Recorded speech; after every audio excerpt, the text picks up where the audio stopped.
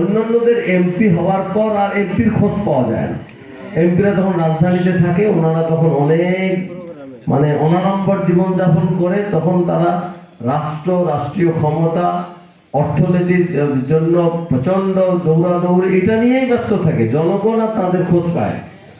জনগণ যায় তাদের যদি কখনো বাড়িতে আসে, কুড়িগ্রামে আসে, ঘন্টার পর ঘন্টা নয়, একেবারে অনেক সময় দিনের পর দিন চেষ্টা করে এমপির সাক্ষাৎ পায় না, ঠিক কিনা?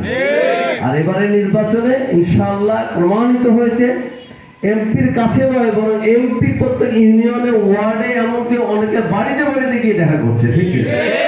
পার্থক্য কিন্তু এটাই, ইসলামী আন্দোলনের প্রতিনিধির পার্থক্য এটাই।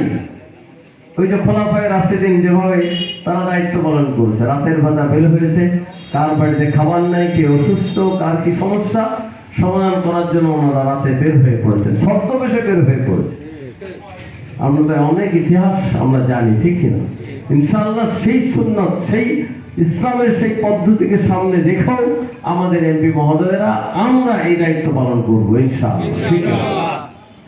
দ্বিতীয় কথা হচ্ছে যে উন্নয়নের ব্যাপারে আমাদের এমপি মহোদয় অনেক কথা বলছেন, আমি এই ব্যাপারে আরেকটিও কথা বলতে চাই না।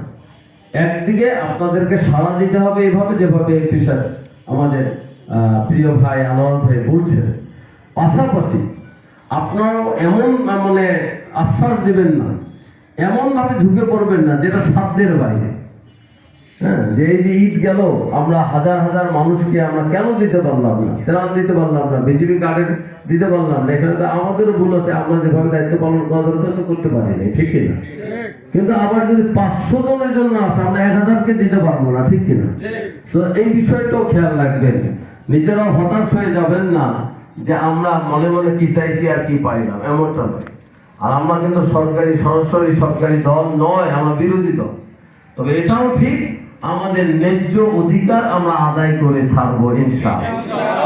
প্রিয় ভাইরা, এরপরের কথাটা বলতে চাই যে এবারের বাংলাদেশে এবারে নির্বাচনে যে বিজয় হওয়ার কথা ছিল, যে বিজয়ের প্রত্যাশা আমরা করেছি, যে বিজয়ের জন্য মানুষ ব্যাপকভাবে ভোট দিয়েছে, সেভাবে নির্বাচনের ফলাফল হয়নি।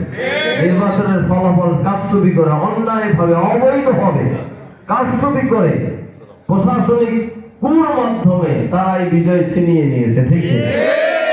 অন্যদিকে জুলাই আগস্টের আন্দোলনের সনদ, যেটা গণভোটের মাধ্যমে পাস হয়েছে, সেটাও তারা গড়িমসি করছে এবং বলা যায় যে প্রত্যাখ্যান করছে, ঠিক না? এর অর্থ হচ্ছে জনগণের প্রত্যাশাকে, জনগণের রায়কে তারা বৃদ্ধাঙ্গুলি দেখাচ্ছে।